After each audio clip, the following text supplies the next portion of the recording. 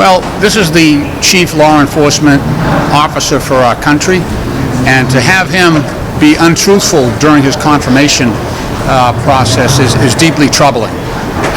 Think about it for a minute.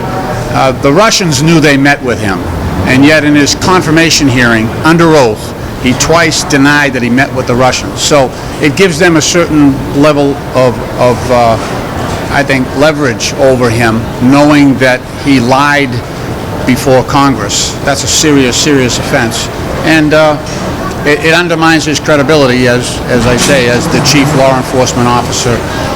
This is a special position, being U.S. Attorney General, and I think by his own actions, unfortunately, he's proven himself unfit to serve in that capacity. I believe that Attorney General Sessions should resign. Now, it's not a statement I make lightly. As a person who was a district attorney themselves for 12 years, I realize the magnitude of that statement. However, it's quite clear that under oath, in sworn testimony before the Senate he served in, which was charged with the responsibility of vetting and confirming his nomination as our #1 law enforcement official, that he was untruthful.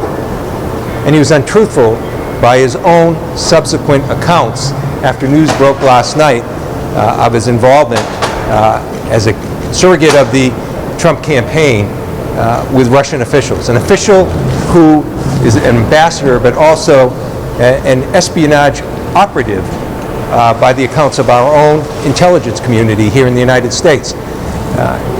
Those direct contradictions are quite clear now.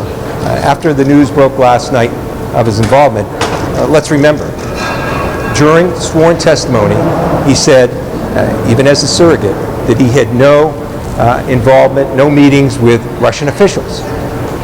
After the news broke last night that indeed he had those meetings, his story changed,